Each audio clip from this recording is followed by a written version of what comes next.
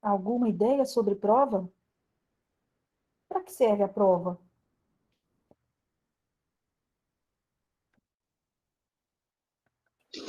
Professor, acho que a prova vai servir para convencer, né, o juiz de que algum fato ocorreu ou não ocorreu, né? Exatamente. Por que a gente precisa da prova para convencer o juiz?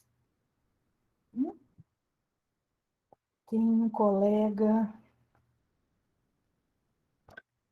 querendo entrar. Pessoal, Júlia, está escrito assim, Júlia Costa, fora do domínio da Associação Juinense, está pedindo para participar da chamada. Eu não posso autorizar os alunos a entrarem com outro e-mail que não seja o da instituição, tá?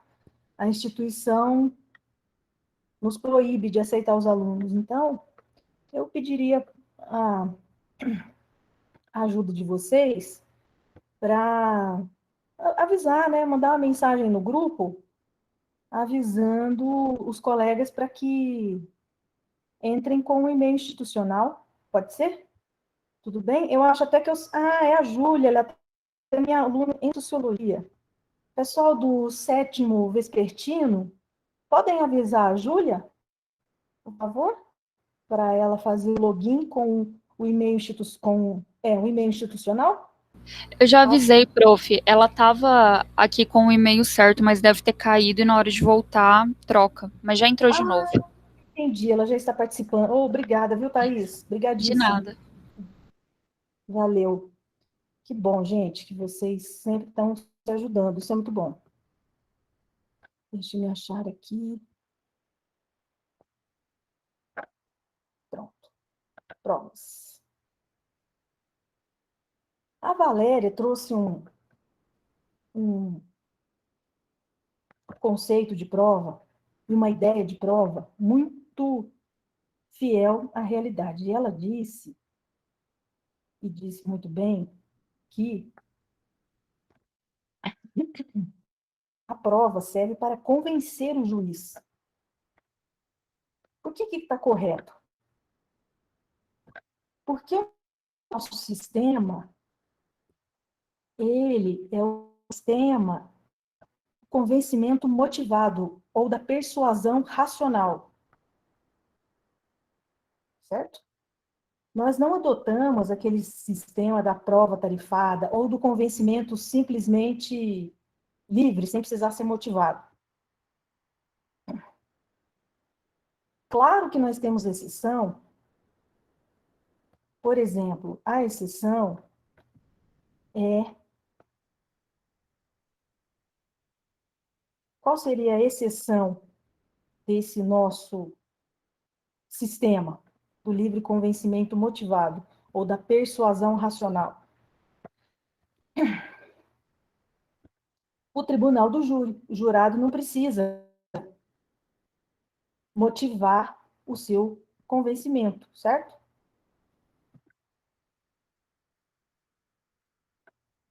Mas no restante, nós precisamos motivar. É necessário motivar. Sempre vai ser necessário motivar as decisões.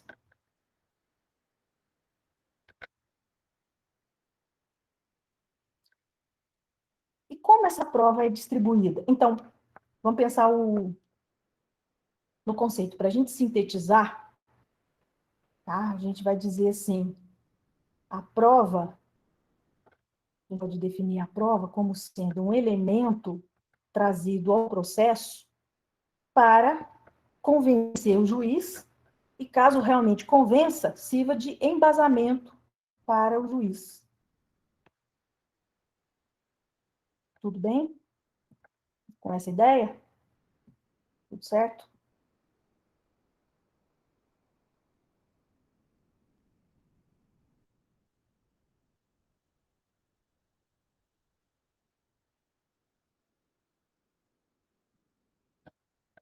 Então, quais seriam os meios de prova? basicamente. Primeiro, mais utilizado é a prova testemunhal. Certo? O que mais? Perícias, professora. Prova pericial, no caso. Prova pericial. Pericial. Isso, exatamente. Prova pericial. O que mais?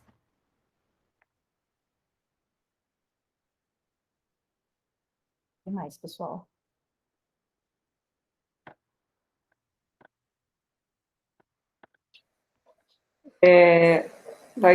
Tem o interrogatório, a confissão também acho que se enquadraria em tipo de prova, documental, né? Isso, perfeito. Gente, só a Valéria que vai participar, cadê o restante? Depoimento Cadê o das restante, partes. pessoal?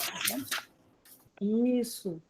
Depoimento, podemos também extrair interrogatório, depoimento. Perfeito. O que mais? Apresentação de Perícia. quesitos. Também, isso, na prova pericial, perfeito. A Valéria falou prova pericial também, né? Isso. Sim, Então, professora. pronto. Ótimo, perfeito. Então, são elementos que são trazidos para o processo para trazer a verdade real, aquela tão sonhada, tão desejada verdade real. Lembram-se disso? Que vocês já devem ter ouvido falar sobre isso no processo, na teoria geral do processo e no processo civil. A gente vai falar das provas processuais, ou seja, a gente vai falar das provas durante a ação penal. Vamos deixar um pouco esses elementos informativos, que também são até provas, colhidas na fase de investigação, durante o inquérito policial. Nós vamos notar que aqui é um pouco diferente. Por exemplo, a prova testemunhal aqui, será que é igual à do inquérito? Aqui a gente vai ter diferença, que a diferença vai ser que a prova testemunhal no processo, durante a ação penal, ela vai ter o contraditório. Ok? Contraditório é a ampla defesa. A gente sabe que no inquérito esse contraditório e essa ampla defesa são bastante mitigados ou até mesmo inexistentes. Tudo bem? Então, os meios de prova são todos esses que nós já citamos. Documentos, testemunhos, perícias, tudo isso que busca trazer para o processo a verdade real dos fatos. Para quê? Para formar a convicção judicial, convicção do juiz, sobre os fatos. Então, o depoimento é o meio de prova. E o objeto da prova? O que vocês acham que seja o objeto da prova?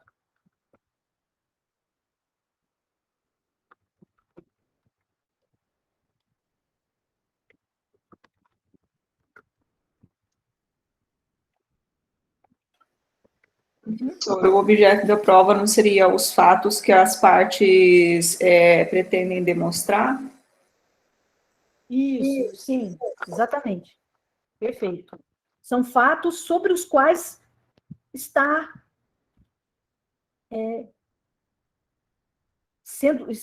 havendo discussão do tribunal. Então, é um fato típico. Concordam com isso? Um fato tipificado como crime. Ok? Quem concorda, quem discorda disso? Sim, concordo, professora. Não é? Então, é um fato típico. Esse é o objeto da prova. Nós vamos demonstrar que houve esse fato ou não. E esse fato é tipificado como crime. Pode haver prova, inclusive, sobre circunstâncias. Por que eu estou falando típico? Não só, não estou dizendo crime, porque se a gente lembrar que o conceito de crime é um fato típico e é um fato ilícito e também um fato culpável, a gente vai provar um fato, circunstâncias que giram em torno desse fato típico.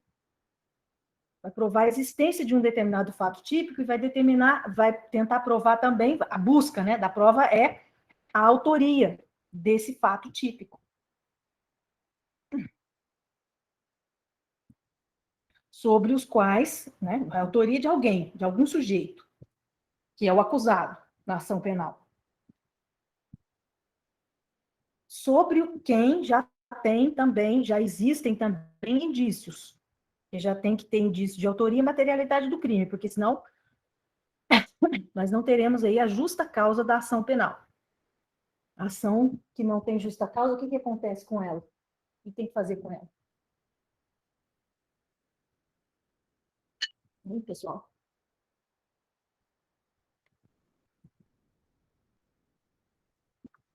O que precisa fazer com a ação penal que não tem justa causa? O que é justa causa mesmo? Indícios de autoria e materialidade. Certo. O que a gente faz com essa ação? Ela vai ser extinta, professora? Vai ser trancada, é o trancamento da ação penal. Trancamento. Beleza. Isso. Beleza? E como que a gente vai, por que meio a gente vai pedir esse trancamento? Qual é o remédio, vamos dizer assim, para o trancamento da ação?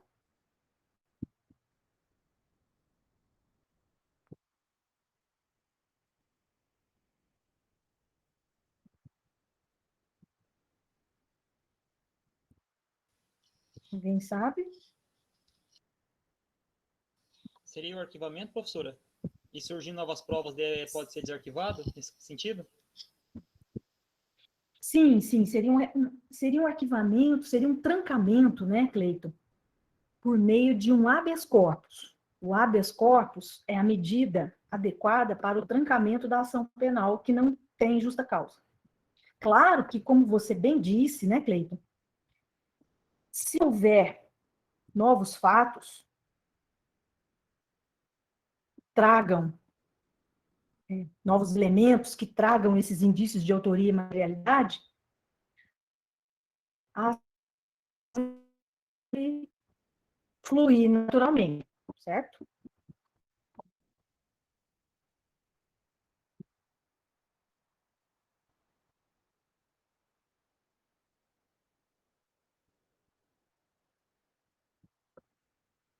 Então, lembrem-se que a falta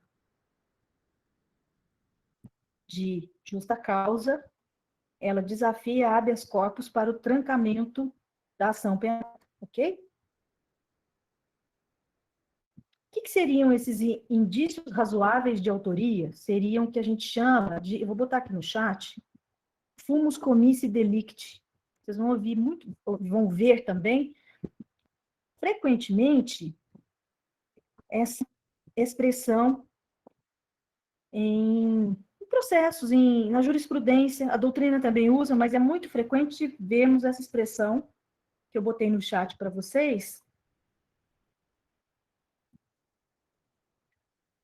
como sendo indícios de autoria, ou de uma participação, né? Uma coautoria, né? Pode ser também. Certo?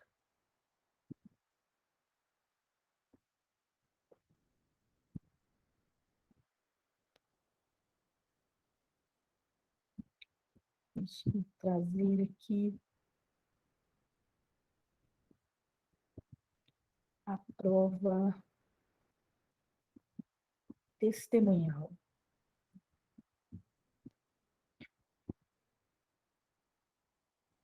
Então, a prova testemunhal, um testemunho, é um relato de um fato que a pessoa presenciou, que é trazido ao processo. Primeira característica da prova testemunhal é a judicialidade. E eu volto a dizer para vocês que existe prova testemunhal. Claro que existe prova testemunhal fora da ação penal. Pode haver prova testemunhal, por exemplo, como existe mesmo, existe prova testemunhal na fase de investigação. Então, durante a investigação criminal, durante o inquérito policial, pode existir a prova testemunhal, mas essa que nós estamos tratando é a prova testemunhal do processo penal, da ação penal, e ela tem o que difere o testemunho no inquérito policial da prova testemunhal da ação penal, que é dessa que nós estamos tratando. Como eu já lembrei a vocês anteriormente, na prova testemunhal na ação penal, nós temos o contraditório e a ampla defesa. Existe uma preocupação muito... não é nenhuma preocupação, uma obrigatoriedade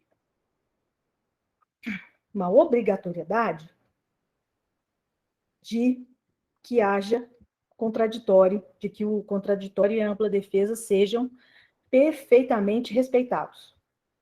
Por quê? Ora, porque nós estamos numa ação penal, nós vivemos sob a égide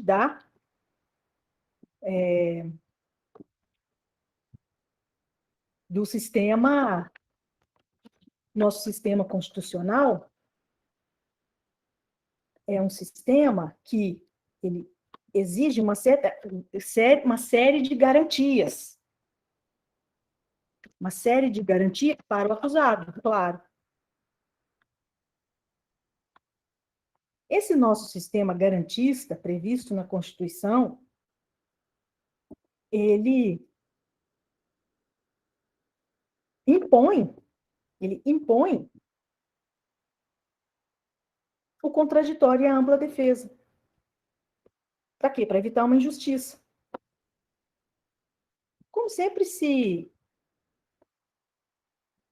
sempre existe uma, como é que eu diria? Uma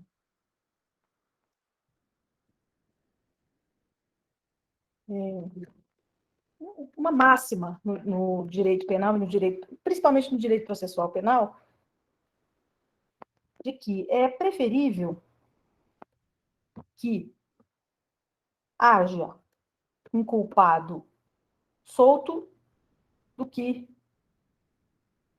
ao inocente preso. Então, por isso são muito criteriosas. As provas devem ser colhidas, todas elas, com contraditório e ampla defesa. E a prova testemunhal não é diferente. Bem? E quantas podem ser as testemunhas? Então, eu vou falar em ordem decrescente. 8, 5 e 3. 8 no procedimento comum ordinário. Onde mais? No júri. No procedimento do júri, também 8. Quais outros procedimentos? Crimes contra a honra. Qual outro mais? Crime de responsabilidade de servidor público, do 518 do Código Penal, do Código de Processo Penal. Tá? No procedimento comum ordinário, onde é que eu acho esse número de 8 testemunhas? No artigo 401. E no júri, no 406, e os seus parágrafos.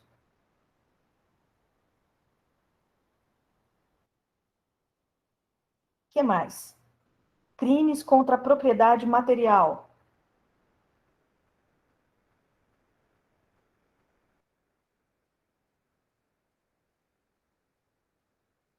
Artigo 524 do CPP. 5 testemunhas são cabíveis em que hipóteses? Procedimento comum sumário. 532 do CPP.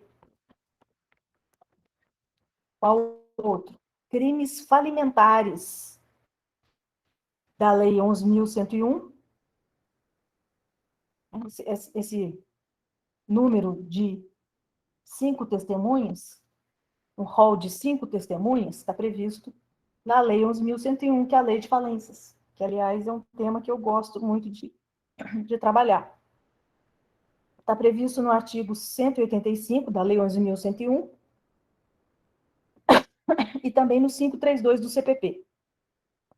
Nos juizados especiais criminais também, da Lei 99. Na Lei de Drogas também, tá? 3 testemunhas aí vai depender, tem leis que podem prever, eu não vou lembrar de nenhuma agora aqui, mas pode haver leis específicas que prevejam esse número, tá? Além da judicialidade da prova testemunhal, podemos destacar também a oralidade.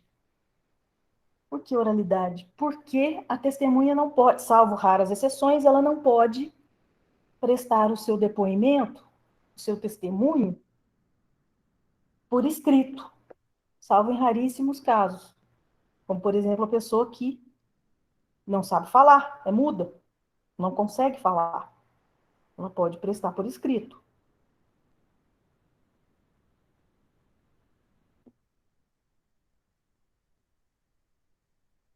E a capacidade para testemunhar?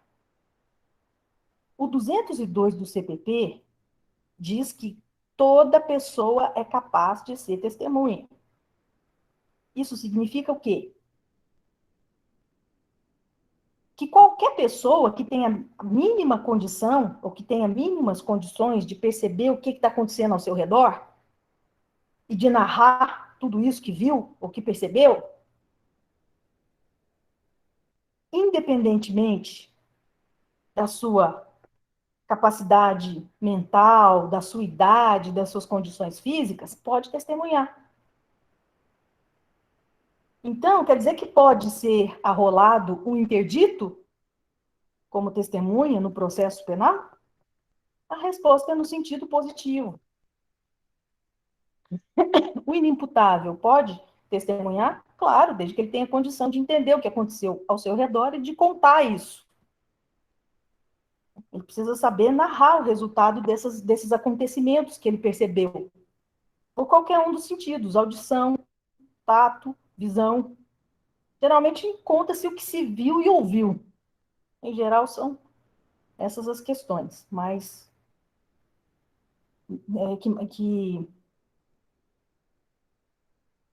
que precisa ser narrada. O sujeito precisa narrar se naquele fato que ele presenciou houve ou não um fato típico. Ou se o sujeito está agindo em legítima defesa, por exemplo, algumas das discriminantes putativas, das discriminantes do Código Penal. O que mais? Surdo-mudo, já falei para vocês, né? O surdo, para que ele compreenda, pode haver um intérprete de Libras juramentado? Pode. Pode sim. Então, a depender do caso, caso a caso, essa testemunha vai ser vai ser analisada pelo juiz, e aí, então, o juiz vai dizer, não, essa testemunha deve ser ouvida com reservas ou sem reservas, né? Uma pessoa que tem deficiência mental, ou uma criança muito novinha, muito pequena, o juiz vai ter que dar um parecer, vai considerar com ou sem reservas esse testemunho.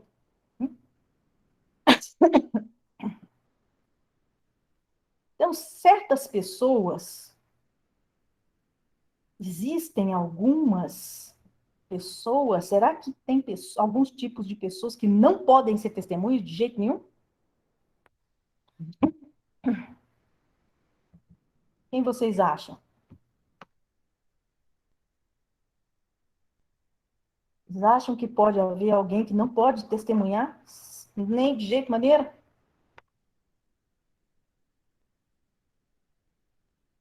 Professor, eu lembro se não pode testemunhar, mas eu lembro que é, no mínimo, facultativo a elas, que seria, no caso, uma psicóloga, um padre, nesse tipo. Só que não é que eles não são proibidos, se eu não estou enganado, é que eles têm a faculdade. Agora, proibido eu não estou lembrado. Se o menor de 14 anos, se eu não me engano, ou menor de 16, eu não lembro qual das de idade também. O deficiente mental. Legal, legal. Então, ele pode ser ouvido com reservas, né? Conforme eu acabei de comentar com vocês, né? Mas muito importante isso que o Cleiton trouxe, os profissionais, como médicos, advogados, psicólogos, enfim, que souberam dos fatos em razão da sua profissão. Professora, Pois não. tem a questão do advogado também, né? Eu ia falar isso exatamente. Diz a melhor doutrina, Valéria, que o advogado, em hipótese alguma, nem se o acusado assim o liberar, ele não pode testemunhar. Então, vejam só. Esses que o Cleiton narrou podem até, né, profissionais em geral, geralmente os profissionais liberais, que ficaram um contador, o contador sabe se houve algum desvio de algum valor, ele pode saber e tem o direito de não depor. Com exceção dos casos em que o próprio acusado libera o profissional para dizer os fatos. Então, se eu disser, então, o ascendente e descendente que a Jéssica colocou aqui no chat, eu já vou contar para vocês como é que funciona, tá? Até podem, mas aí tem algumas peculiaridades, tá? Tem alguns senões aí que não vai poder, assim, de qualquer jeito, tá? São exceções. Mas, em regra, eles não são parentes, amigos íntimos, inimigos, figadais, né? Em regra, não, a depender de quem é o réu, então não é que eles não tenham capacidade para ser testemunhas, até tem, mas é que esse testemunho deles, em alguns casos, pode estar contaminado.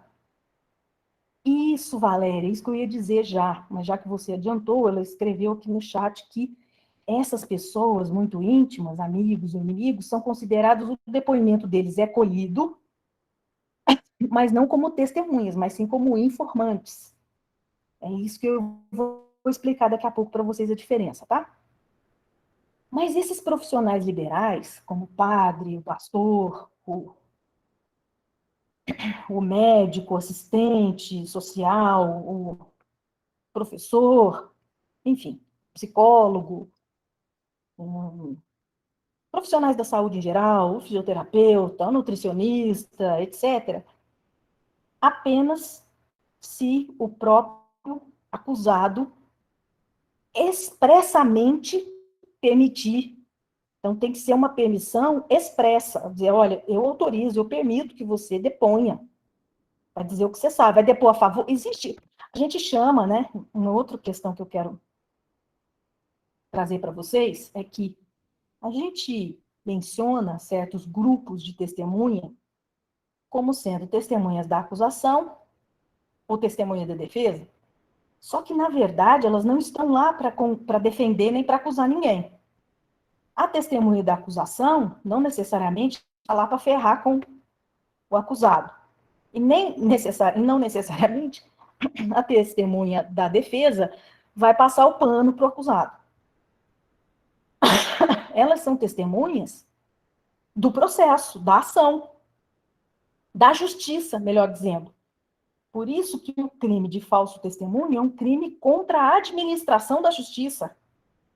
Não é contra o promotor, não é contra o Ministério Público, não é contra a Defensoria Pública, contra a administração da justiça, porque está com o falso testemunho, e esse testemunho falso tanto pode levar a uma condenação quanto a uma absolvição, ele é injusto.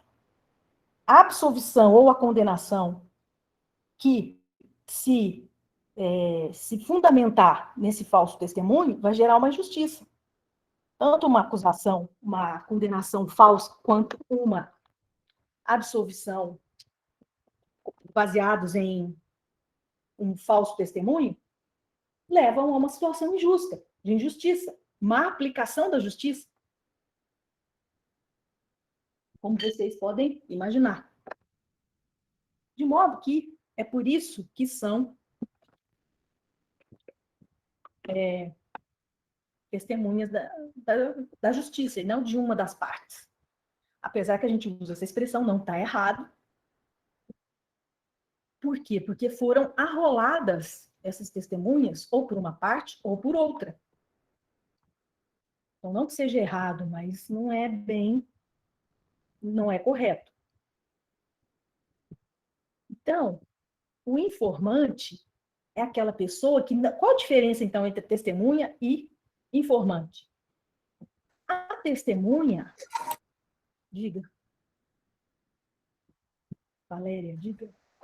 A testemunha, ela presta compromisso, né, professora, de dizer a verdade, e o informante não. Isso, exatamente. O Cleiton também sinalizou para a gente aqui no chat. É isso mesmo.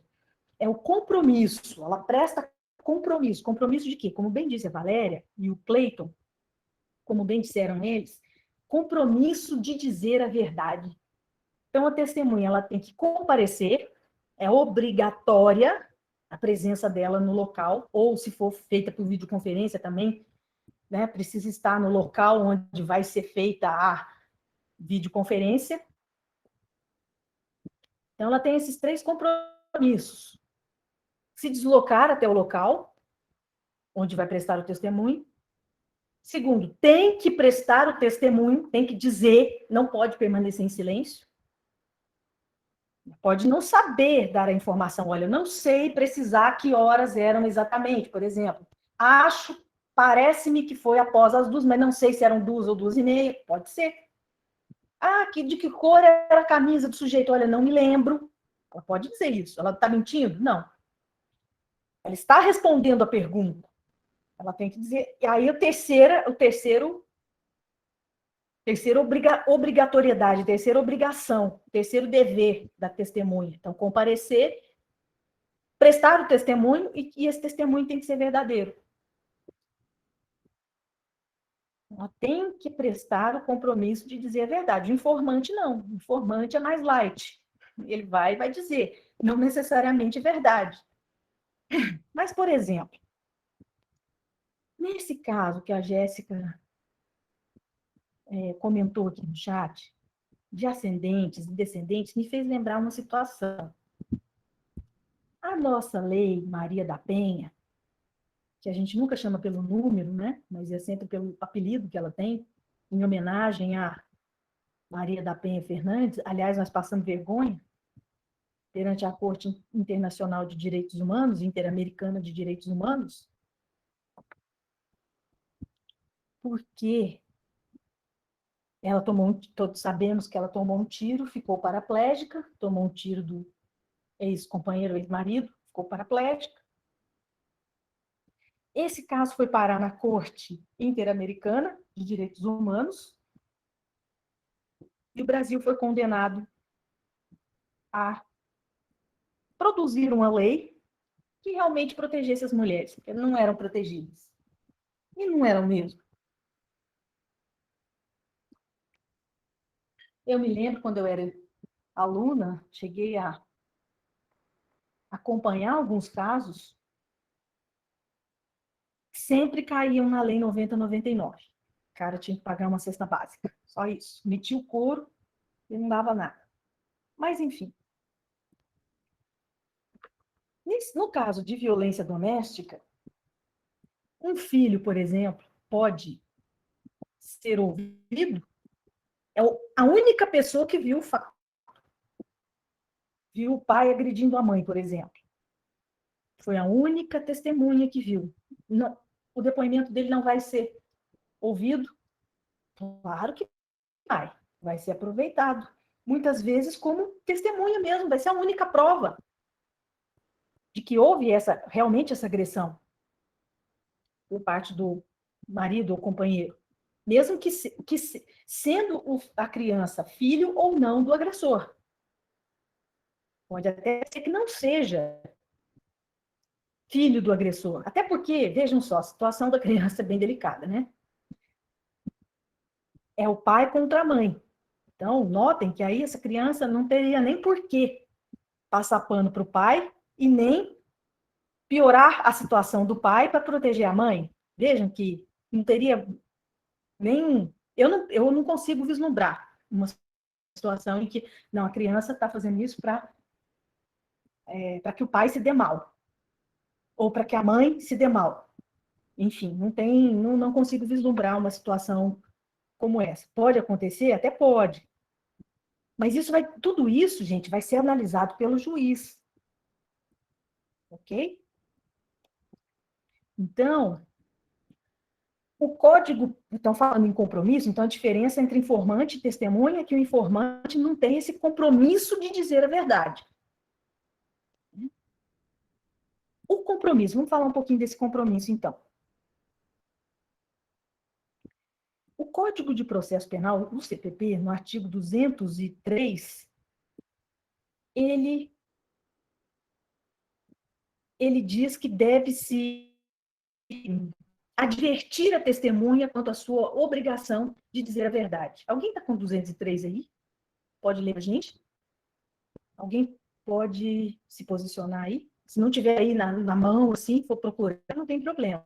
Só me digam se vocês podem fazer, alguém aí pode fazer essa leitura para mim. Eu leio, professora. É o 203, que fala sobre a testemunha fará sobre palavra de honra. É isso aí? Isso. Esse.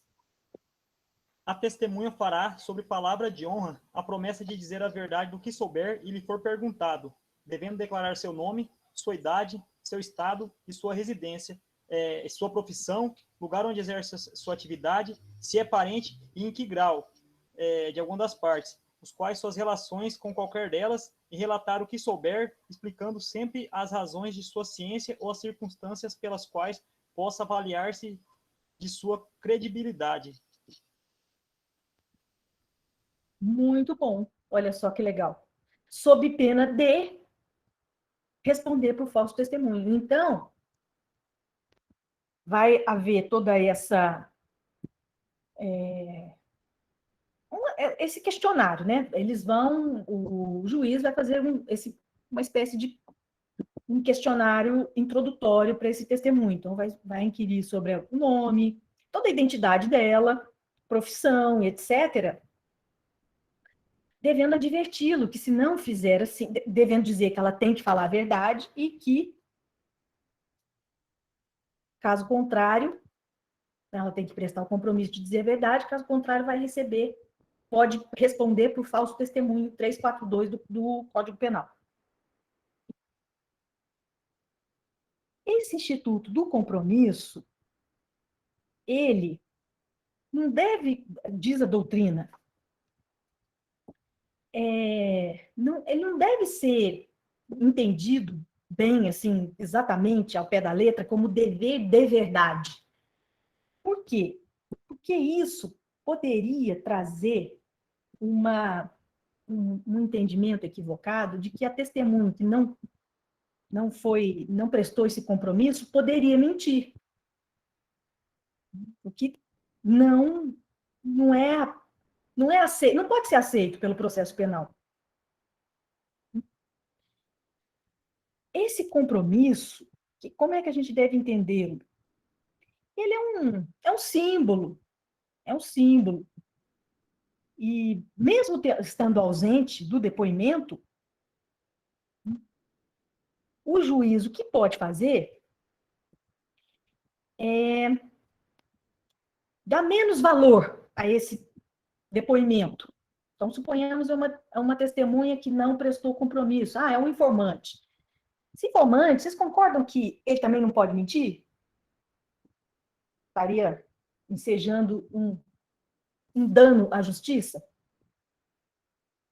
Então, vejam bem, o que poderia, o que daria para fazer? Mesmo o informante, eu entendo, né, não estou sozinha, tem um grande número de gente que também, alguns autores que também veem dessa forma, mas não é que dá para tolerar uma mentira de um informante.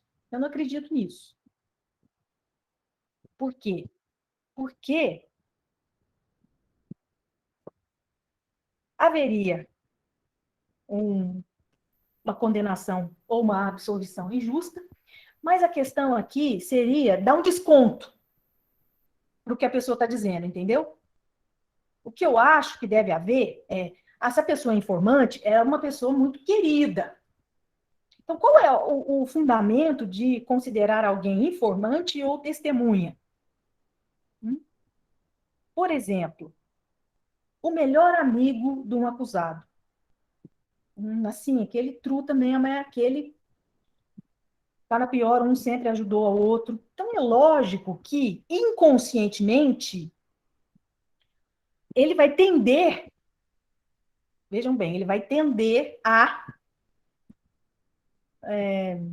ver de uma forma, como é que eu diria, mitigada, diga, Cleito. Não, eu falei, é passar o pano pro outro, dependendo da situação, né? Poderia. Isso, Cleiton, é exatamente isso. O passar o pano, por que eu estava me segurando? Eu queria usar essa expressão, estava na ponta da minha língua, Cleiton, falar essa expressão, passar o pano. Mas só que eu tava me segurando para não usar, porque o passar o pano já dá uma. Assim, ele já traz um conteúdo, uma intenção, né, um dolo mesmo, de saber que o que eu estou dizendo não é bem a verdade, mas eu estou mentindo para proteger. Isso seria passar o pano, né? Pelo menos essa acepção da expressão passar o pano é essa mais difundida, né? O cara sabe que o outro escondeu a droga ali, mas fala, não, imagina, não sei, despista e não conta, sabe? Nesse caso, eu estou pensando que a pessoa está com a maior das boas intenções, entendeu? Tá lá para dizer sim é sim, não é não. Então, esse informante, no máximo o que daria para a gente aceitar, o correto seria esse informante não mentir. Vamos combinar? Vocês concordam? Mas só tem esse informante, esse bendito desse informante, esse abençoado desse, só tem ele que viu o trem lá. Só que ele é amigo do cara, de uma das partes, né? Ou da vítima ou do acusado. Então, vamos ter que ouvir como informante. Mas esse informante, que é a única pista que a gente tem, o único elemento probatório que a gente tem nesse caso, se ele mentir, dana todo o processo. Vocês estão percebendo que desgraça que é? O que eu acho que deveria haver compromisso de dizer a verdade. Mas o que o juiz pode fazer é passar um pano. Por quê? Passar um pano, não, desculpa, dá um desconto para esse informante aí, porque ele é muito amigo, então ele tende a ver, então se eu sou muito amigo do Cleiton, por exemplo, né? Gente, amicíssimo, nós somos amicíssimos desde criança, frequentamos o mesmo colégio e tal, no colégio militar a gente ia, marchava junto, fazia as formaturas junto, um sempre era canga do outro, um ajudava o outro, é canga mesmo, até debaixo d'água. Fizemos faculdade juntos, né? Um ajudava o outro, um tirava dúvida do outro, um defendia o outro e tal. Ele fez algo, o Cleiton está dizendo, parceria fechada, é isso mesmo, Cleiton, parceria fechada, eu e você, né? Desde o colégio, desde criança, na mesma rua, né? É vizinho, tem muito isso, né? No interior. Lá na minha cidade natal, em Minas, tem muito isso. Tem as amiguinhas de infância que brincavam com a gente lá na rua, na mesma rua, né? Então, parceria fechada, é truta, é canga, total. Truta é canga de verde, amarelo, azul e branco, total. E aí acontece que o Cleiton, ele, sei lá, foi acusado de algum crime, não importa qual. É claro que eu tendo a ver, mesmo, não, eu não vou mentir. Eu vou falar a verdade. Não é, não é. Porque eu fui educada assim. A minha avó falava que mentir é pecado. O meu pai também dizia isso. Meu pai passava bronca no meu irmão. Meu irmão era muito mentiroso, né? Quando era criança, gostava de inventar história. Né? E mentia para passar um pano para si próprio. Né? Pois é. Né, Cleide? A gente já começa a pensar nos filmes de investigação. Pois é. Aí, mesmo eu com aquela boa fé. Não, vovó me ensinou que se mentir vai para o inferno. Eu cresci com esse princípio muito, mesmo que eu seja canga até a raiz da cabeça à ponta dos pés do Cleiton, eu vou dizer a verdade. Mas vocês concordam que mesmo eu estando com esse propósito de dizer a verdade, vocês concordam que eu inconscientemente posso ver com... Não, mas não foi tão assim, ele não foi tão ruim assim. A receptação, ele está sendo acusado de receptação. Ah, mas que imagina, não. Vocês percebem que eu vou sempre ver de uma forma mais fofa o que ele fez, por pior que seja? Vocês concordam com isso? Então, é nesse aspecto que eu acho que o juiz deveria dar um desconto para o depoimento dessa pessoa que é truta, que é informante, ou que tem ódio, né, de uma das partes, né? Alguém parece que queria perguntar aqui, não sei não. Não? Parece que teve alguém querendo. Eu estou sentindo assim, algo me diz que tem alguém com dúvida querendo perguntar. Não? Estou errada? Professora, Me diga. Pois não, Lucas. quando o militar se oculta na hora do depoimento, é uma agravante, né? Quando vem de um militar. Exatamente. Exatamente, Lucas. Exatamente. Por quê? O militar, eu ia falar isso também, né? O militar, ele tem um dever ético de amar a verdade. Então, ele tem que dizer realmente o que ele viu, sem aumentar nem diminuir, sem cortes nem adições, o que ele viu. Por que isso é um imperativo disciplinar? Porque se ele prestar um falso testemunho, ele, claro que ele responde por crime militar. Claro que sim, que está previsto no CPP, mas não é no Código de Processo Penal, não, é no Código Penal Militar. Eu não queria falar CPP para não confundir com o Código de Processo Penal, mas é o Código Penal Militar. O CPM, gente, desculpa, tá? Minha cabeça não está muito boa hoje, mas vocês entenderam, né? O CPM, eu já ia falar errado de novo. O CPM, ele prevê também como crime o falso testemunho do militar. Mas por que esse faltar a verdade, uma omissão, por exemplo, poderia ser considerada em alguma questão do serviço, ainda que não seja um crime militar? Porque ele tem o dever de amar a verdade. Por exemplo, um policial militar que alguém, por exemplo, deixa eu pensar um exemplo aqui que eu já vi, que aconteceu comigo até. O cidadão vai até uma unidade policial fazer um boletim de ocorrência e conta o que aconteceu. Então, por exemplo, os policiais abordaram o sujeito que havia invadido, estava tentando assaltar uma casa de família, e aí os policiais abordam e liberam o cara no local, o que está errado, um erro dos policiais. Depois o cara volta e realmente pratica roubo, assalta e ameaça as pessoas. E aí os moradores que foram assaltados, os cidadãos, vão à unidade policial fazer registrar um boletim de ocorrência, eles botam tudo errado lá, não botam que os policiais liberaram e tal, para poder passar pano para o outro. Isso, além de falsidade documental, que é um crime militar, também seria uma falta disciplinar. Por quê? Porque eles devem amar a verdade. Mesmo que essa mentira não caracterize um crime, é uma infração disciplinar. O policial, em tese, não poderia mentir, né? Em razão disso. Então, alguns colegas que seguiram carreira, às vezes falam assim para mim, mas eu vou ter que ser X9? Se eu vir um colega praticando algum abuso, né, por exemplo, o cara pegou a tonfa lá, deu uma sonfada, deu umas cacetadas no sujeito sem motivo. Aí o outro diz, se um colega fizer, que é um exemplo da doutrina, né, por exemplo, a doutrina do direito militar, direito penal militar, sempre usa esse fato desse corriqueiros como exemplo. Algumas provas também abordam questões assim.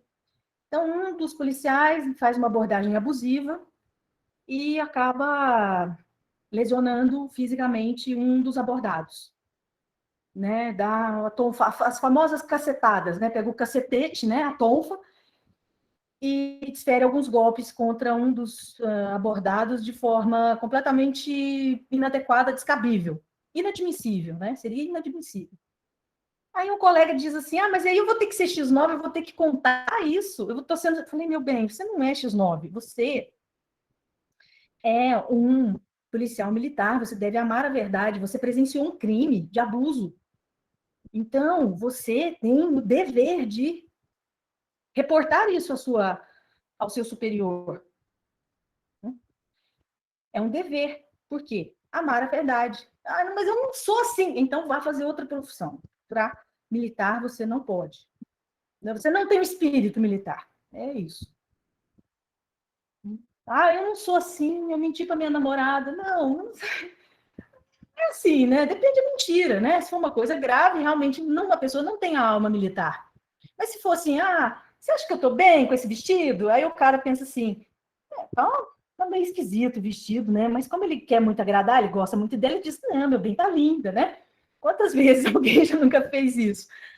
Aí tudo bem, mas eu digo assim, ocultar crimes, por exemplo, ocultar erros policiais de abordagem, isso realmente aí caracterizaria, no mínimo, uma infração disciplinar, porque eles devem amar a verdade, viver em conformidade com a verdade. Então, isso que você levantou, muito importante, Lucas. Né? Isso, Cleiton botou no chat, um fundamento da dignidade pessoal, exatamente. Da dignidade humana. Esse amor à verdade, não é isso que você se referia, Cleiton? Eu acho que sim, né?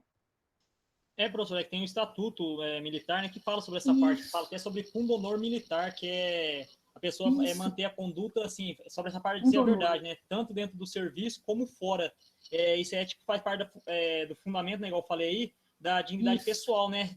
Da interna da pessoa, sabendo que o que ela vai fazer reflete em toda a instituição. Respondendo a pergunta do Lucas também. Isso, perfeito. O que você disse agora, Cleiton, encaixa perfeitamente na dúvida do Lucas. E também, sim, complementa infinitamente o que eu disse. Então, também tem esse negócio de ter uma distinção, né?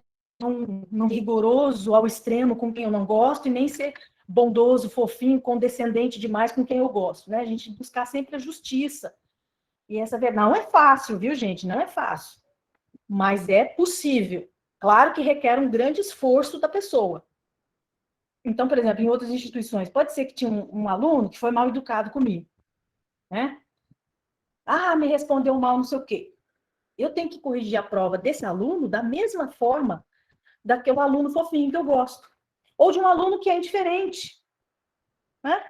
Então, tanto o aluno que eu gosto, que eu tenho predileção por ele, Paulo, exatamente, o Godoy está afiadíssimo.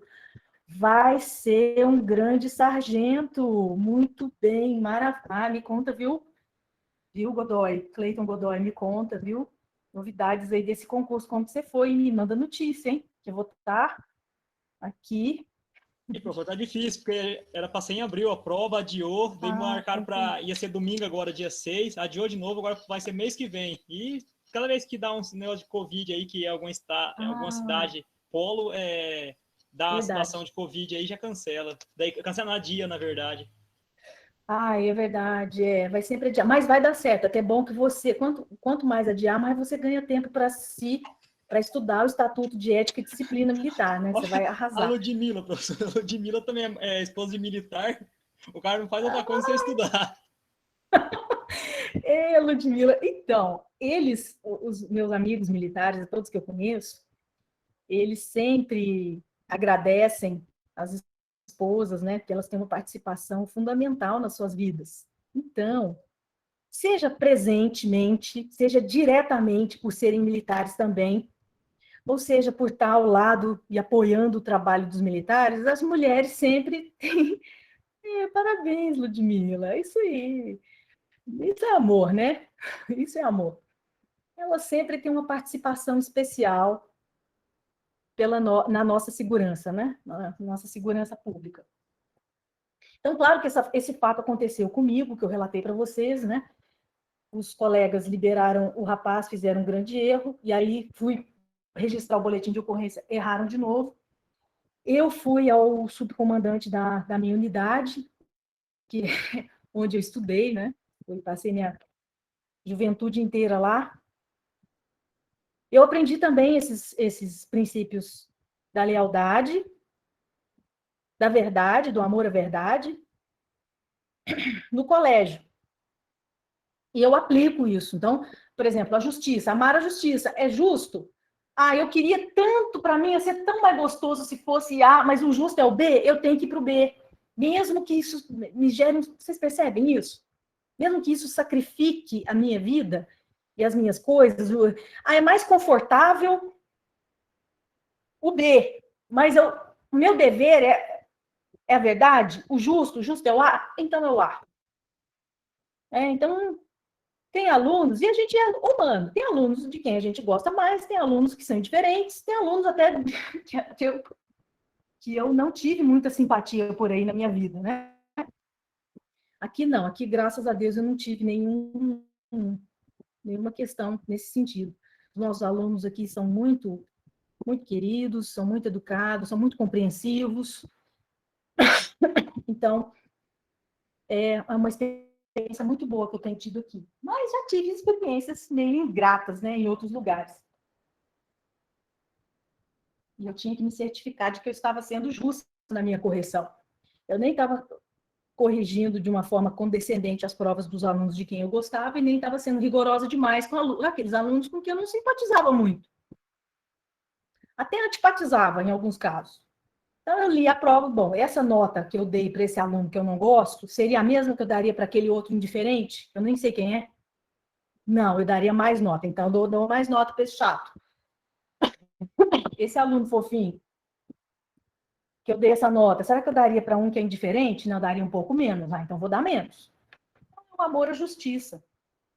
É isso mesmo, me conte notícias dos concursos, viu, gente? Todos vocês. Não só o Godoy, mas vocês todos. Então, na verdade, o que daria para dar é um desconto, em síntese, né, do que eu disse. O que daria para fazer é o juiz dar um desconto para um depoente que não prestou o compromisso. Não, ele vai passar, assim, ele vai florear um pouco para o fulano, né? Ou se passou pano, foi uma passada de pano inconsciente. Não foi assim, com aquele propósito. Foi uma coisa meio inconsciente. Mas aí todos vão passar, viu, Ludmilla? Teu marido vai passar, os meninos aqui também vão, vai dar tudo certo, viu? Para todos nós. Então dá para dar um desconto, mas não dizer que pode mentir, né? Aí já ferra com a gente, porque vai ferrar a justiça inteira, vocês concordam? Aí vamos chegar a decisões completamente estapafúrdias, injustas. Então, quais seriam as exceções, né? O Cleiton também sinalizou muito bem com relação aos menores de 14 anos.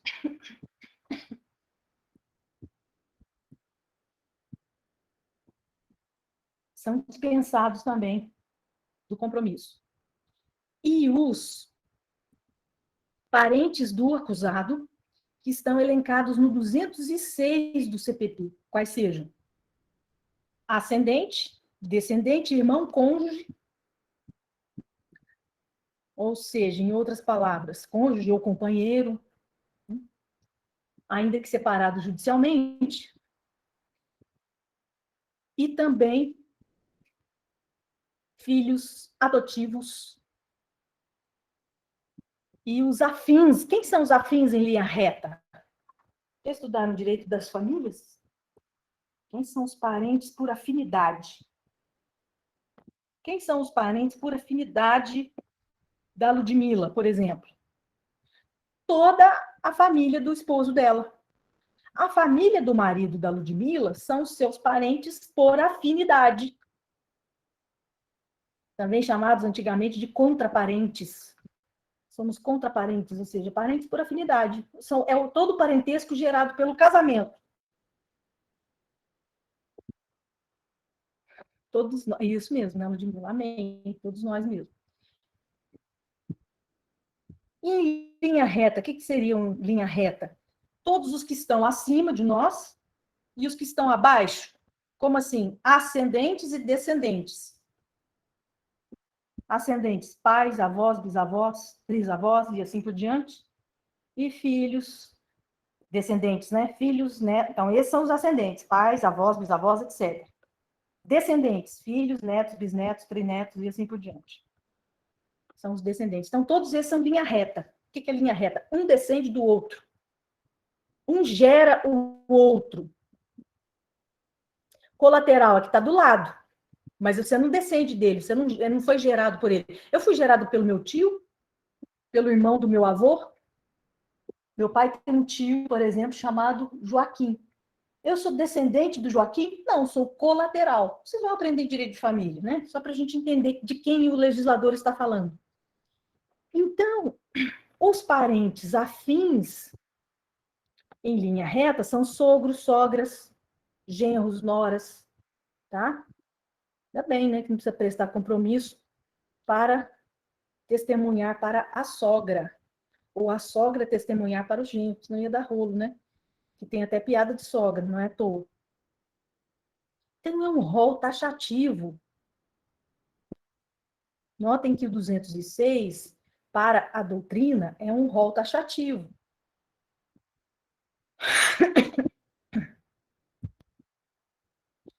E se for o ex-cônjuge, que agora já está divorciado, precisa prestar compromisso? Será que precisa?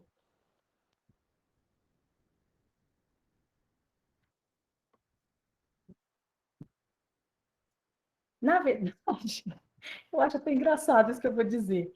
Mas, na verdade, quando vocês sabem que o Código de Processo Penal é de 1941, se não me engano, 40 ou 41, uma coisa assim. Acho que é 41. Vocês sabem que, naquela época, o nosso direito civil ainda não havia contemplado o divórcio. As nossas leis não acolhiam ainda o instituto do divórcio. Então, não existia divórcio. Então, quer dizer que as pessoas que se casavam nunca se livravam desse vínculo jurídico? Exatamente. O que haveria? O que existia? Existia separação judicial, só que a separação judicial ela não chamava assim. O nome era desquite. Olha que nome lindo. Fulano é desquitado. Desquitado. Era separado judicialmente. Aí veio a lei do divórcio, que começou a chamar o desquite de separação judicial, e aí veio o divórcio. Então, o desquite, quem sucedeu o desquite foi a separação judicial e não o divórcio. Então, notem que existe uma certa incongruência entre o direito de família, do parentesco, e do casamento, do divórcio, esses institutos que são do direito de família, com o processo penal, nessa questão do testemunho. Então, vejam, o sujeito se divorciou pelas regras do CPP, não vale, né? Não precisaria prestar o compromisso. Então, veja, ascendente, descendente, irmão, cônjuge, ainda que separado, ainda que desquitado, ele dizia, né? Dizia desquitado. A gente atualizou, escreveu separado judicialmente, vai ficar mais bonito. Mas o divorciado? O divórcio veio depois, e aí, o divórcio? Então, quer dizer que não precisa prestar compromisso? Que não precisa dar desconto para o depoimento dessa pessoa em relação ao réu? Então, vamos pensar, o ex-cônjuge de uma pessoa que está respondendo por um crime, uma ação penal. Esse testemunho tem que prestar compromisso de dizer a verdade total, ou você pode dar um desconto porque ele disse? Olha que situação, hein? O que vocês acham? Acho que a senhora falou, né, professor, agora o senhor está explicando, já falou que seria dispensado cônjuge, mesmo que depois de separado. Mas não fala do divórcio, né? Divórcio vale, então? Já que o rol é taxativo? Eu creio que sim, professora, nesse caso aí. Porque pode ser prejudicar, né? Pode ou prejudicar ou querer eu... ajudar, né? Depende da situação, depende de como é que foi o final do casamento. Exatamente. Dependendo de como foi o fim do casamento, sogra para sempre, Jéssica. Muito bem, já aprendeu direito de família. O parentesco em linha, diz o Código Civil, né? O parentesco em linha reta não se desfaz nem mesmo com o fim do casamento. Por isso que a Jéssica escreveu que sogra é para sempre. Se ficar viúva, a véia continua sendo sogra? Continua. Se divorciar, a véia continua sendo sogra? Continua. O velho também, viu? Tem sogro que Deus me livre, viu, gente? Só por Deus. O povo fala de sogra, mas tem sogro chato também. Inconveniente. É verdade. Isso não escolhe orientação sexual. Chatice não escolhe aparência física, cor, né? Aparência física engloba tudo, né? Credo, religião, nacionalidade, nem gênero ou sexo, homem, mulher, é tudo igual. Tem gente chata de tudo quanto é jeito. Eu acredito que deva se dar do mesmo jeito que não precisaria o separado judicialmente, né, o desquitado, como diria o Código Civil de 1916. Olha que lindo. Eu estudei, gente, na minha faculdade eu estudei o Código Civil de 1916. Né, vocês vão achar que eu sou velha, mas eu sou mesmo, só que não muito, viu, gente? Por quê? Porque quando eu estava no mestrado já mudou. Eu terminei a faculdade e entrei no mestrado. No mestrado já mudou. Já entrou um novo código que é o atual, né? Eu não sou tão velha assim, eu peguei a transição, né? Eu sou da transição. Então, eu sei contar. Isso é bom, né? Porque eu sei contar como era antes e como ficou depois. Tem muita gente que não sabe. É muito novo, não sabe como é que era antes. E não sabe nem... Porque, às vezes, um instituto jurídico ele é criado exatamente para responder a um problema ou criado por uma lei anterior a essa, então ele vai lá e dá aquela reformada, ou então desmancha tudo a lei, cria uma outra, revoga completamente, né, que é a abrogação. Ou então ele resolve um problema que a outra lei tinha. Então você precisa entender o porquê que foi criado aquele dispositivo. Porque na lei anterior acontecia tal coisa, dava problema. Então aí ele veio com essa nova, então você consegue compreender o porquê das novas disposições. É muito interessante isso. É um lado bom de ser velho. Não é só ruim, não, viu? Então, eu acredito que deva haver a dispensa do compromisso ao divorciado, por quê? Porque ele tende, e aí, a dar o desconto para o depoimento ou testemunho do divorciado, do ex, ou da ex, do acusado ou da acusada, por quê? Porque, gente, as pessoas... Autocomposição não é o nosso forte.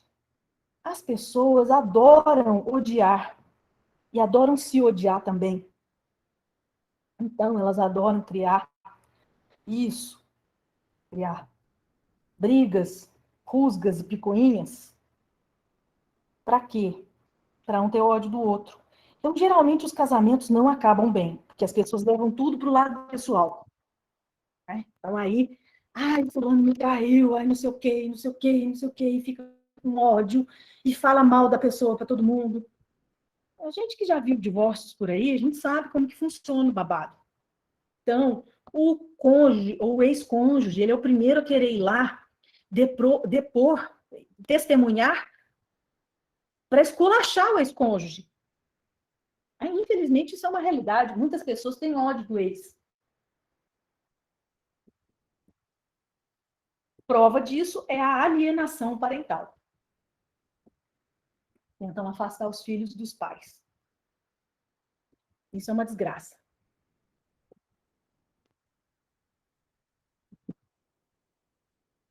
Mas vejam só. A doutrina diz que não se justifica a dispensa do compromisso ao divorciado. Então, significa que o juiz não precisa dar nenhum desconto para o que ele diz? Eu não concordo com isso. Porque o depoimento do ex-cônjuge, em geral, vai queimar mais ainda, vai piorar a situação do acusado. Pode ser que melhore, né? Pode ser que o ex-cônjuge tenha amizade, né? Tenha respeito. Mas, em geral, não é isso que acontece. Mas, enfim. E o companheiro, o cônjuge não precisa prestar o compromisso, né? Vamos comentar. Mas e o companheiro do réu, ou a companheira, tanto faz, do réu ou da ré?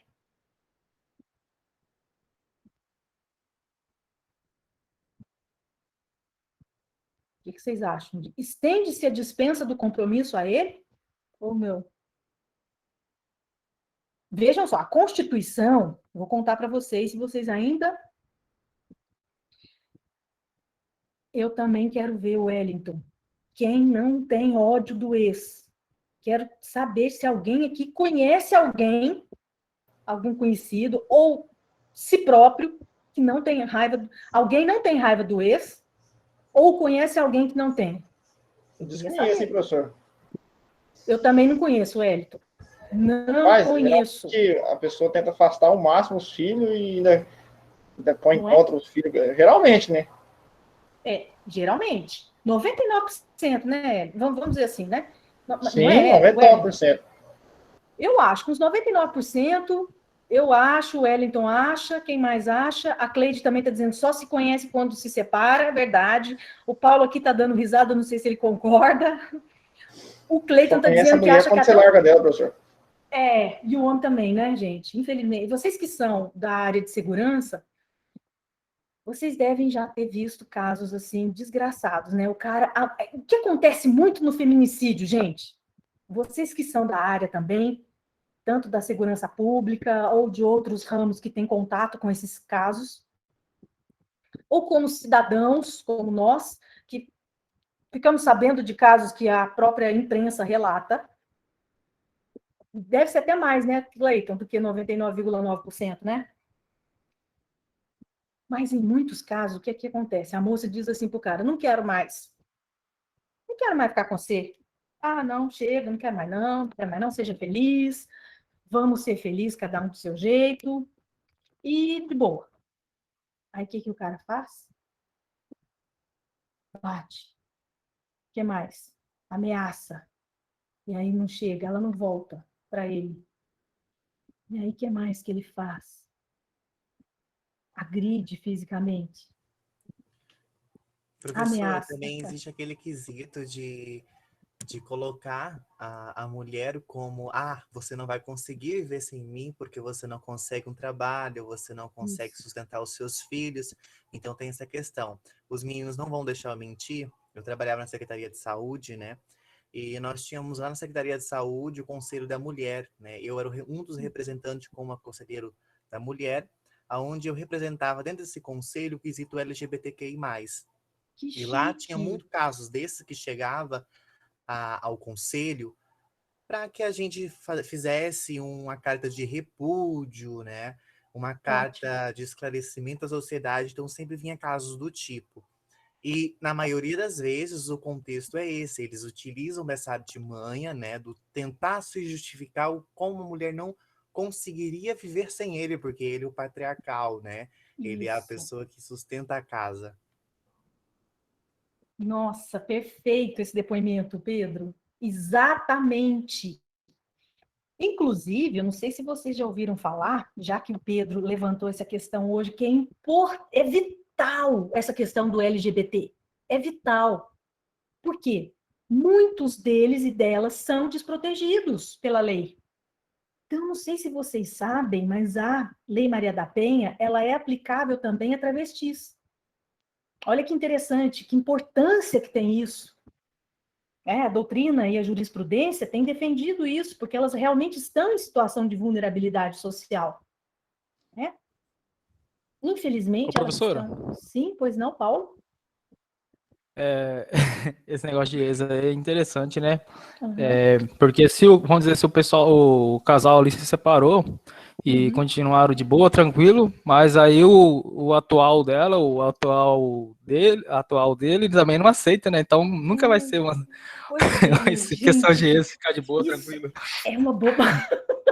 Verdade, Paulo, isso é uma bobagem. Porque eu acho que o atual que vê... Veja só, eu acredito.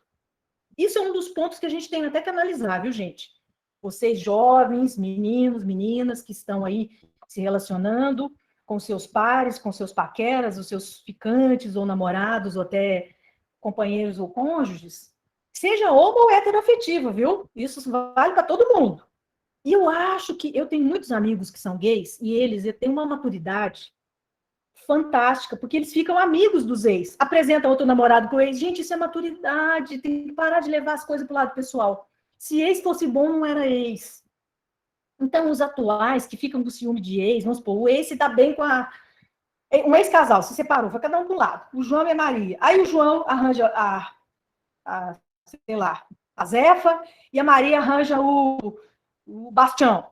O Bastião vai ficar com ciúme do João? Não! Tem que ficar feliz, porque a pessoa está bem. Fala, não, graças a Deus, vai, se dê bem. Eu fico feliz com os meus ex se deem bem. Nossa, maravilha. Aí alguns não gostam de mim, né? Vai dizer o quê? Não posso, né? A gente não pode brigar ninguém. Mas eu, por mim, desejo bem a todos. Todos, sem exceção. Estão namorando, eu fico mais feliz ainda. Nossa, graças a Deus que a pessoa está se bem, está se, né, compondo. É isso aí. É a vida, né? A fila andou, graças a Deus, né? Que anda para todo mundo, né? Mesmo que a pessoa seja feia, falar aquela pessoa é muito feia. Se terminar dela, se alguém terminar dela, não vai arrumar. Vai arrumar para todo mundo. Esse negócio de beleza é uma bobagem também, porque isso é tudo muito relativo, e esses padrões aí não significam nada. O que vale é a pessoa. Mas, enfim, tem cada comentário bom aqui, deixa-me ler.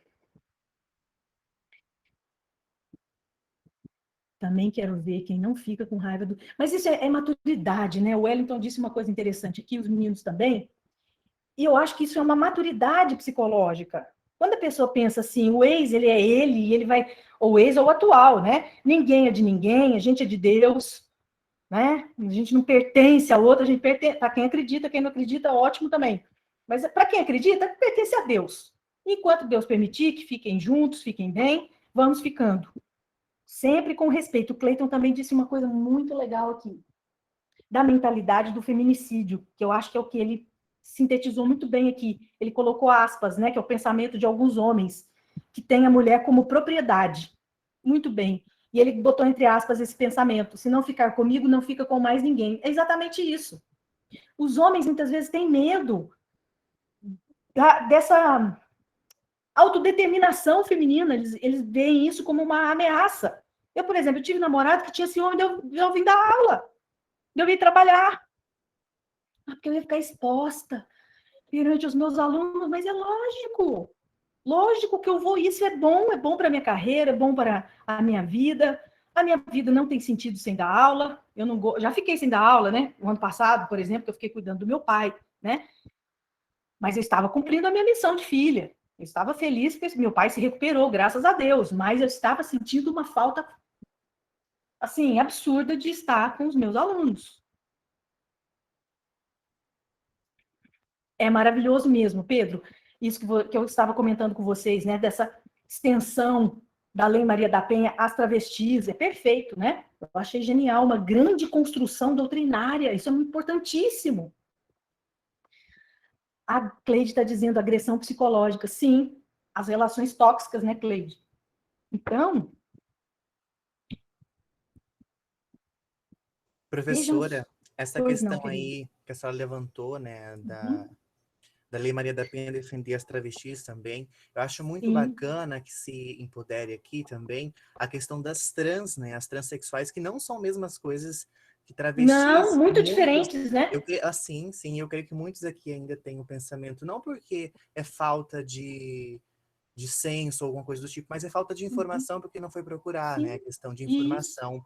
Mas é claro. muito importante poder aqui, porque são mulheres também, né? Claro, são mulheres. As trans, né, Pedro? Eu acredito que não haja nem dúvida em relação a isso, né? As trans, né, por exemplo, mulheres trans que nasceram num corpo masculino e optaram, né, por se transformar fisicamente em mulheres, já tinham uma alma feminina, digamos assim, né? Essas mulheres, Pedro, eu acredito que não há dúvida, nem na doutrina, nem na jurisprudência, de que elas, sim, claro que estão protegidas pela Lei Maria da Penha. Aí haveria. O que eu temia quando houve a chegada primeiro da Maria da Penha, que não existia. Quando eu era estudante, por exemplo, não havia isso. As mulheres apanhavam e acabavam morrendo nas mãos dos seus ex-companheiros. Terminavam do relacionamento, tentavam sair do relacionamento, não conseguiam por causa dessa mentalidade que o Cleiton sintetizou aqui, né, chamou atenção com essa fala, esse pensamento que alguns feminicidas têm, de se não ficar comigo não vai ficar com mais ninguém, e tentavam matá-las. E aí eu pensava, gente, e as travestis? Será que os tribunais e a doutrina vão contemplá-las também na interpretação da Lei Maria da Penha? Eu ia falar dos sujeitos, mas são todas mulheres, né? Mas não existe no feminino, né? Mas das sujeitas, né? Femininas, né? Tô forçando aqui, né, gente? Só para a gente entender, né? Não existe no feminino, mas, né? Então, só para a gente se e refletir também, né, sobre essa questão. E a resposta não me surpreendeu, até porque eu achei que fossem ter uma postura mais rígidas e não reconhecer o direito das travestis. E a minha surpresa foi muito positiva, porque realmente entende-se, pelo menos majoritariamente, de que elas também merecem a proteção. Olha que eu achei que foi um grande avanço, né? Por quê? A gente, não tem, como eu disse antes, né? A gente não tem que fazer juízo de valor, julgar as pessoas. E que nem eu vou corrigir a prova de um aluno. Eu posso detestá-lo, odiá-lo, né? Nunca aconteceu isso, né? Mas acontece que a gente tem uma certa antipatia às vezes, né? Às vezes o aluno é meio mal educado, às vezes com o professor e tudo, fica meio assim. Mas nunca tive nenhuma questão, né, mais grave com nenhum aluno, graças a Deus. Mas na hora de corrigir, eu procuro não deixar nem o meu apreço, a minha simpatia pelo aluno, nenhuma, por mais que seja leve, uma leve antipatia, contaminar a minha avaliação. E nós temos que ter essa mesma postura como aplicadores e como operadores do direito. Não julgar. Estava numa situação de vulnerabilidade, temos que aplicar a Maria da Penha, ponto final. Né?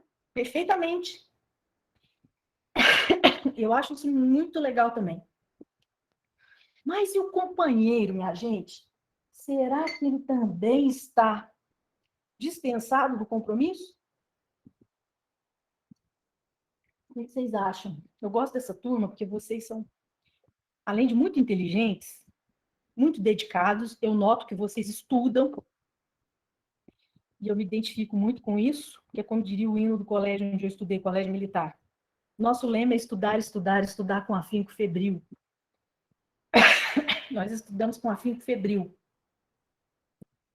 E eu gosto muito disso. Vocês estão atentos ao curso, aos estudos, e isso é maravilhoso, dá muito gosto.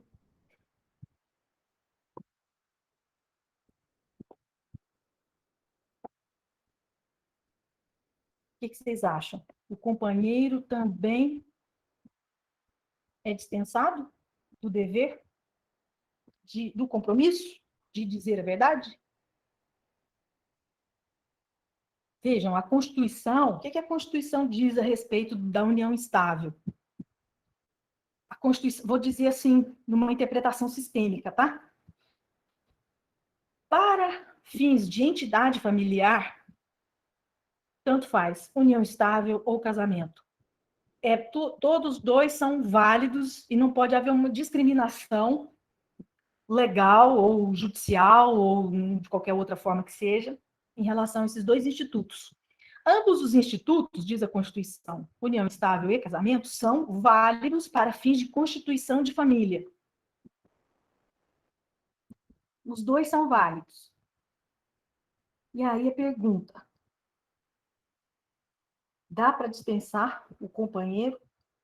A lei fala em cônjuge, mas a gente poderia estender essa dispensa ao companheiro? Eu acredito que sim, professora, porque se a própria Constituição ela já diz, né, que não há essa diferença, doutrina, jurisprudência, que fala que todos os direitos ali se equivalem tanto ao cônjuge como ao companheiro, né? Então, eu acredito que sim. Ótimo, ótimo, Valéria. Murilo também sinaliza que sim, Jéssica também. E vocês estão corretos, viu? Eu também acho, mas também a maioria da doutrina e os tribunais também. Porque vejam, vamos pensar na mens legis, na intenção da lei. A mens legis, a mente, a intenção da lei. A intenção da lei seria dar um desconto, não que pode mentir, mas você pode dar um desconto para o depoimento daquela pessoa que convive, que é marido, que é esposa, né?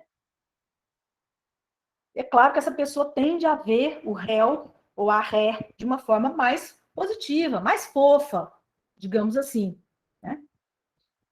E, então, se a finalidade, a causa, vamos pensar na causa do casamento e na causa da união estável, não seria a mesma causa? Não é uma causa afetiva? Não é porque as pessoas gostam, o casal, né, gosta um do outro, o outro do um, etc., que convivem, têm uma vida em comum, têm essa intenção de constituir família. Então, se é o afeto que pode contaminar, um afeto de casal, digamos assim, né? Um afeto romântico, vamos dizer assim, que poderia contaminar o testemunho, o afeto mesmo no casamento, né, do cônjuge, sendo esse afeto o mesmo que a causa da união estável, também poderia contaminar o depoimento do companheiro ou da companheira, do réu. Professora. Sim, Valéria. Até no caso, eu entendo assim, né, que tipo, você colocaria o cônjuge ali ou o companheiro também numa situação de constrangimento, né? Porque, tipo, você imagina você ir lá depor, prestar um depoimento, jurar um compromisso de uma pessoa com quem você convive e você ama, por mais que ela talvez tenha cometido, né, um crime. Então, eu acho que até nesse sentido que a legislação quis meio que abrandar a situação, né, dessas Exatamente. pessoas. Sim, exatamente. Porque como elas tendem a ver o cônjuge ou o companheiro de uma forma mais afetiva, né? O que é afeto? Afeto é tudo aquilo que nos afeta, o próprio nome já indica, seja positivo ou negativamente. O pessoal tem raiva porque, né? Tem um afeto. Né? Então, muitas vezes o ódio ele não é uma falta de amor, né? É o contrário, até por isso que eu falo dos ex que se dão bem, né? Um ex que se dá bem com isso é positivo. Eu vejo isso muito positivamente, porque se aquele ex está tretando com aquela ex até hoje, é porque alguma coisa ali está mal resolvida. Ou agrediu a ex. Eu não vou ficar mesmo. Eu já sei que o cara tem histórico de violência contra a mulher, vou envolver com uma desgraça dessa? Eu não quero o que eu não quero para os outros, eu não quero para mim, o que eu não quero para mim, eu não quero para os outros.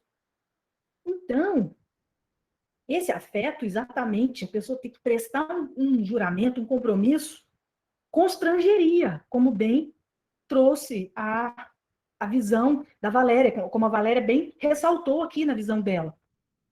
E é esse o motivo da dispensa do compromisso. Seria até constrangedor para o cônjuge ou companheiro, o companheiro da mesma forma. Se a Constituição diz que não pode haver discriminação entre ambos os institutos, quais sejam casamento e união estável, tem um pouquinho que a minha garganta está seca, gente. Vamos lá. Se não pode haver, a própria Constituição veda a discriminação entre união estável e casamento, os códigos processuais, inclusive o penal, não poderia também criar essa discriminação.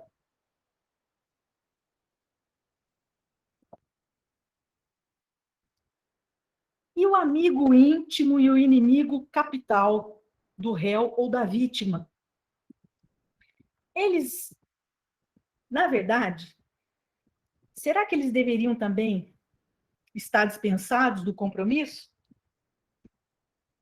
Então, vejam, o Código de Processo Penal, no 206, ele não diz, ele não menciona essas pessoas.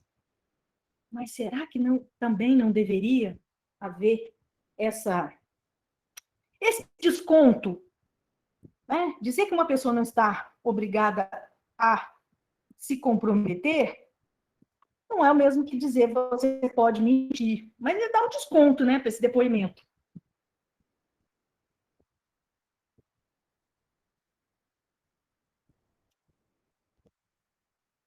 O que vocês acham?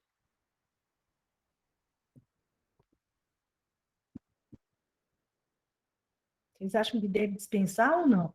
A lei não fala.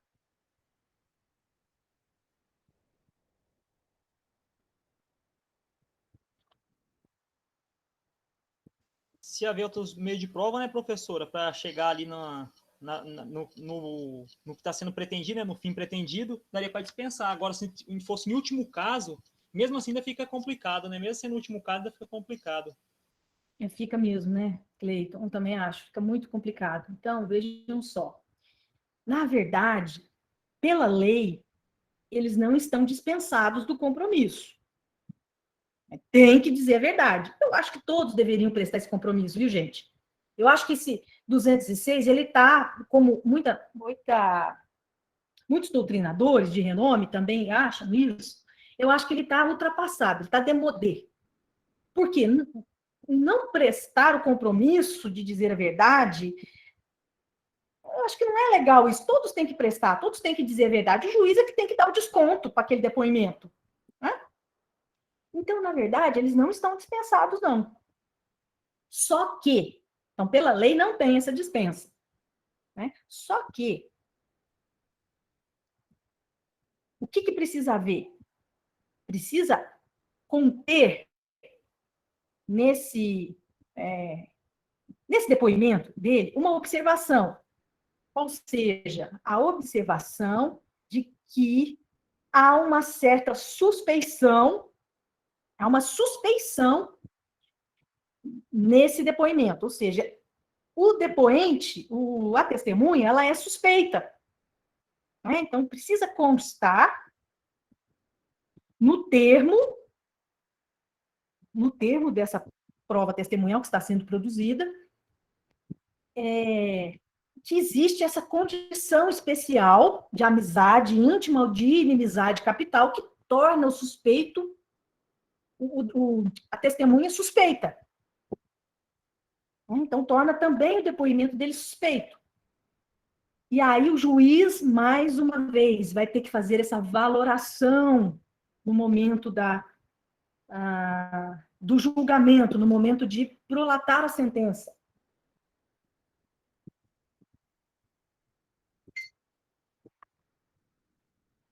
E a família da vítima?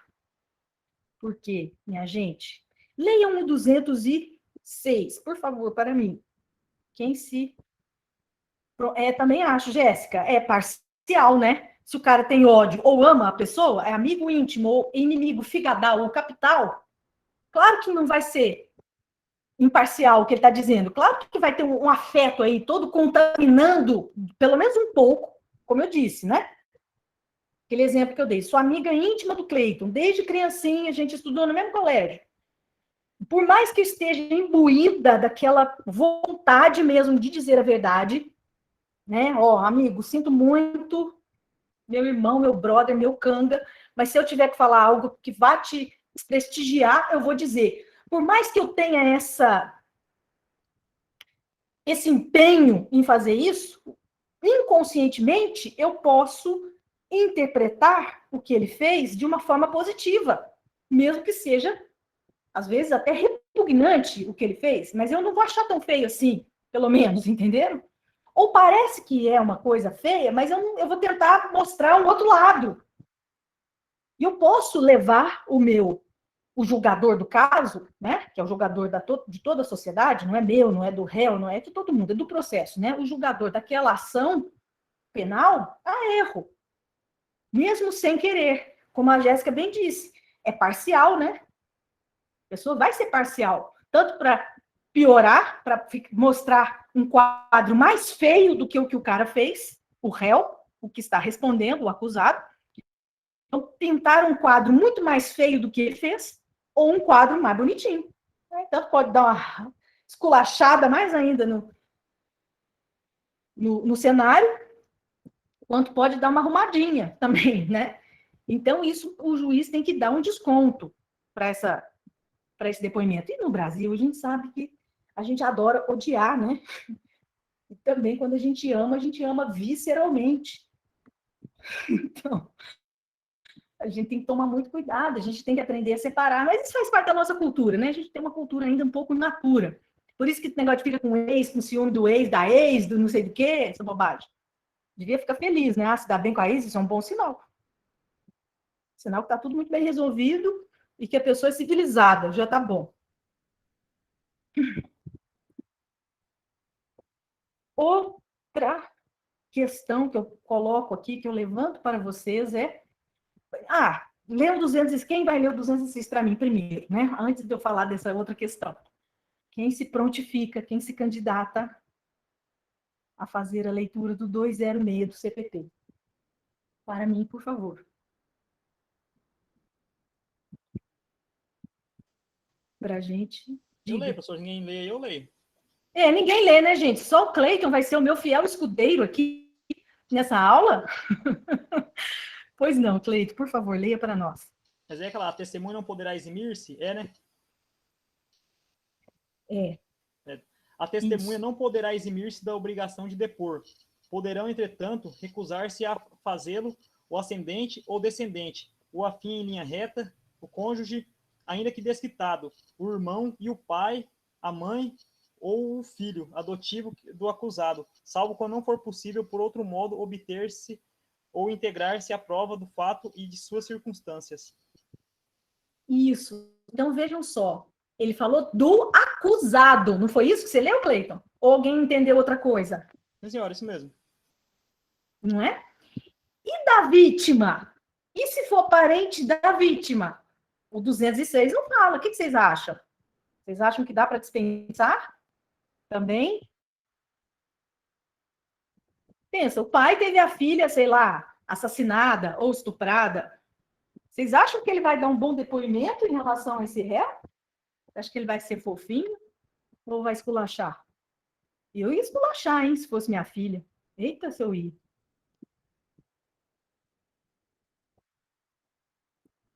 que vocês acham? Dispensa ou não dispensa esse filho de Deus? Ou filho do capeta, né? Vai saber. Eu acho que se ele for um testemunho, né, professor, às vezes presenciou o fato, alguma coisa, fica até difícil de dispensar. Não dispensar, eu digo do compromisso.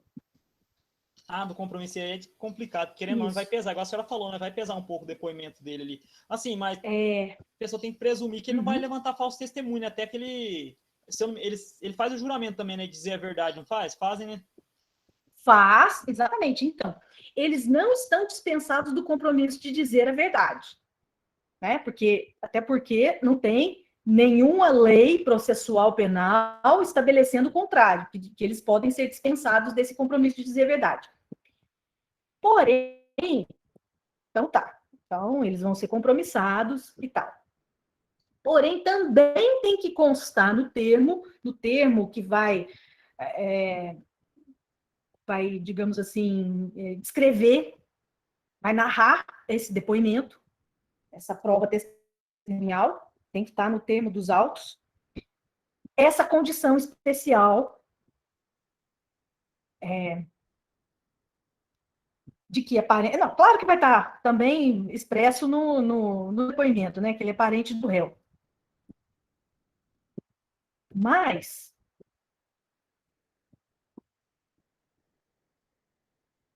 também só um pouquinho, que eu tenho que achar outro artigo que ia falar disso, mas não estou achando aqui.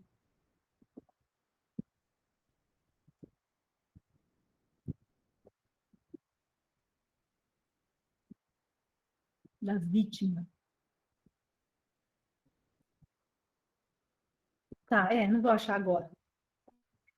Então, do mesmo caso do anterior, dos amigos ou inimigos de alguma das partes, em que o CPP não tem uma disposição expressa sobre isso, então precisa constar também essas reservas nos depoimentos.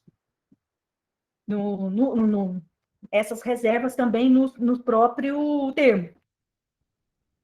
Só que, claro, no momento em que a testemunha, as primeiras perguntas vão identificar a testemunha. Então, o juiz também vai perguntar se são parentes de algumas das partes e tal, então ela vai ficar qualificada também nos autos como parente da vítima. E aí, o que acontece? No momento de apreciar as provas todas, o juiz precisa examinar com uma certa reserva esses depoimentos. Mesmo eles prestando o compromisso de dizer a verdade, não quer dizer também que a pessoa vai dizer totalmente a verdade de forma consciente, vai. Vocês vão falar, conscientemente o cara não vai mentir, porque está prestando o compromisso de dizer a verdade. Isso é. Mas eu estou dizendo aquela inconscientemente, aquela história que eu comentei. Se eu sou amiga íntima desde bebê do Cleiton, estamos canga mesmo do outro, claro que eu vou inconscientemente relatar o que eu vi de uma forma mais fofa para ele. Mesmo que eu preste o compromisso de dizer, eu estou dizendo a verdade. Mesmo conscientemente, eu estou dizendo a verdade. Só que eu tendo a ter uma parcialidade, como bem disse a Jéssica. É inconsciente, muitas vezes. Então, nesse sentido, o juiz também tem que examinar com uma reserva, com um certo, né, com grano sales aí, esse tipo de depoimento, o depoimento dos parentes da vítima. Então, tem que estar primeiro, tem que estar expresso na ata. Então, geralmente vai estar, né, gente? Vai estar lá qualificado como tio, primo, mãe, irmão da vítima. Tudo bem. Mas isso precisa ser uma preocupação grande principalmente da defesa, tá? Mas não só, mas o MP também, porque o MP não quer a condenação, ele quer a justiça.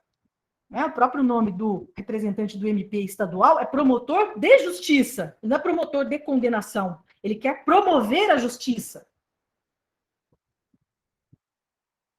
Então, ele também deve querer que o juiz não tenha uma apreciação injusta do caso.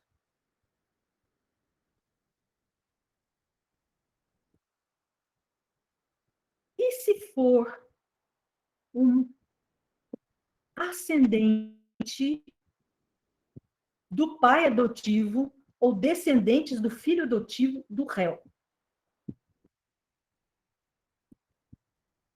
Então, vamos pensar o seguinte.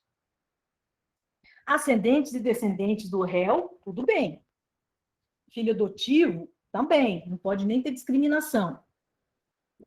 Ascendente e descendente não tem limitação de grau. Avô, então ascendente, avô, bisavô, neto, bisneto, etc. Ascendente e descendente.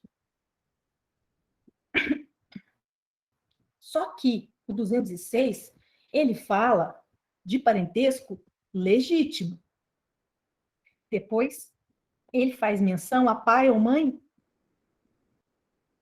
pai, mãe ou filho adotivos do réu. Pai adotivo, mãe adotiva do réu. Filhos adotivos do réu. Mas aí, em relação aos ascendentes e descendentes, então tá. Então, em relação aos ascendentes e descendentes legítimos do acusado, não tem limitação de grau para que haja essa dispensa do compromisso de dizer a verdade. Mas em relação ao parentesco por adoção, ficam dispensados somente o pai, mãe adotivos do réu e os filhos adotivos do réu? Mas e o pai do pai adotivo? Como é que ficaria? Ele seria, para fins legais, um ascendente? Então, pai adotivo, tá.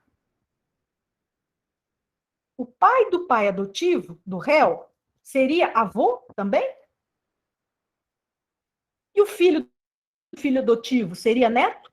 E assim sucessivamente, com referência a essa questão do alcance dessa dispensa de dizer a verdade?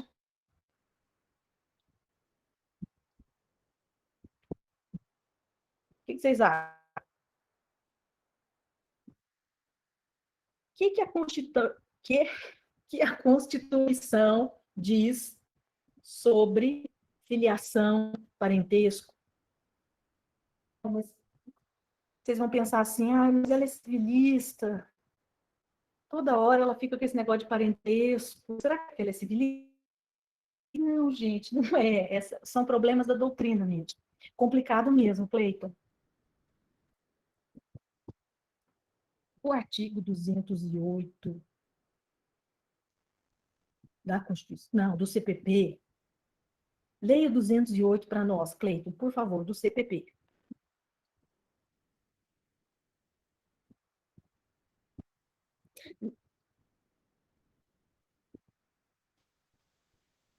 Só um pouquinho, professor, estou pesquisando ele aqui.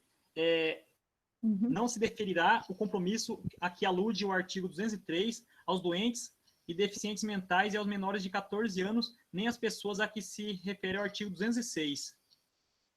Isso. Então, quer dizer, será que eles também vão entrar nesse... Eles estão nesse rol do 206, os parentes adotivos? Então, portanto, estariam dispensados também, conforme o 208?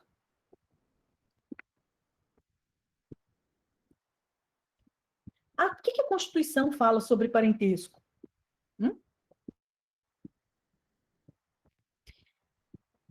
Para a Constituição, não há se falar em filho adotivo, filho natural, filho legítimo, filho adulterino. Antes tinha isso. Fulano, filho natural de Beltrano. O que significa filho natural? Significa que são filhos, mas os pais não são casados entre si. Diga, Silmara. Professora, vamos para o intervalo? Era isso mesmo, gente. Eu estava me esquecendo. Eu falei que eu ia falar dessa história do... Tem problema. Ai, Silmara, obrigada, querida, por me lembrar. Gente, eu tô tão assim, me empolguei, tá? Mas não tem problema, a gente faz os 10 minutos, retornamos às 21. Por quê? Eu pensei assim, vou falar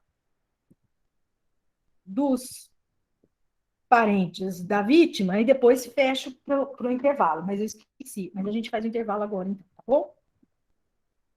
Então, Cleide está presente? Não, claro que você está presente. De boa, prof. A Ludmila está dizendo que bom, né? Que vocês me entendem. Claro, gente, fiquem tranquilos que eu vou pôr presença para vocês, tá? Cleidiane, Rogério, a Silmara, que bem me lembrou do nosso intervalo. Então, a gente vai lá para o nosso intervalinho. Mayara também está presente, claro.